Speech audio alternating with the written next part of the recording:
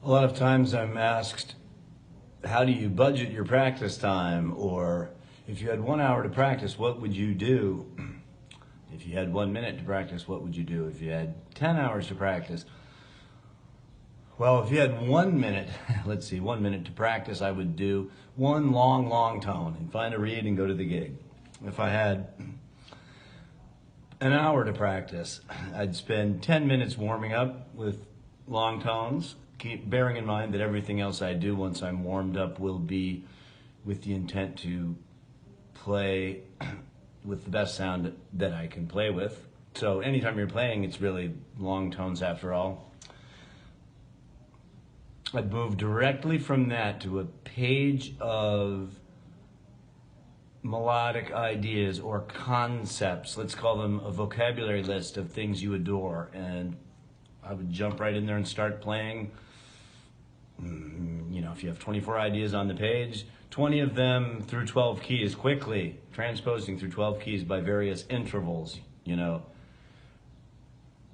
half steps, whole steps, minor thirds, major thirds, equal divisions of the octave. Transpose those melodic patterns through 12 tonal centers. Then immediately go to, let's see how much time we spent. Well, you did 10 minutes of long tones.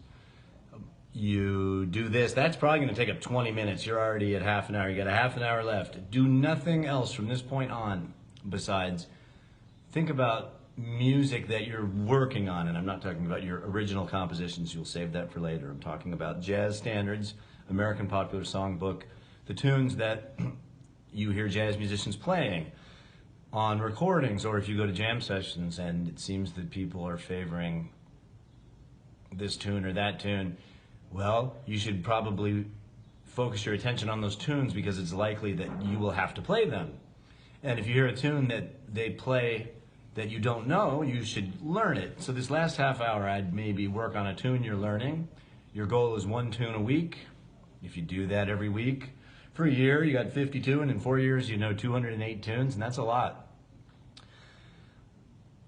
I would take the melodic patterns and the concepts that I was just playing through 12 keys and implement them on some of the tunes you're working on. In other words, make sure you can play a particular 2-5-1 pattern over every 2-5-1 in that tune.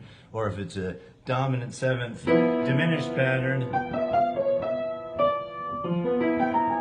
whatever it is, I try to fire that on every appropriate dominant seventh, so on and so forth. You've got an hour in, and that's probably more than I've practiced in years.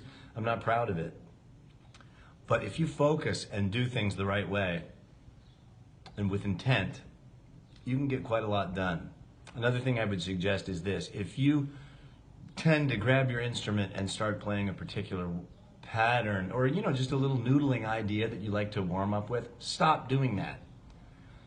Play that in another key immediately. Or if you're thinking of a lick that you wanted to do, immediately play it in a different key than the one you originally discovered it from.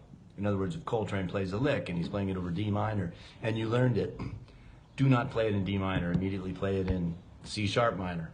Anything like that.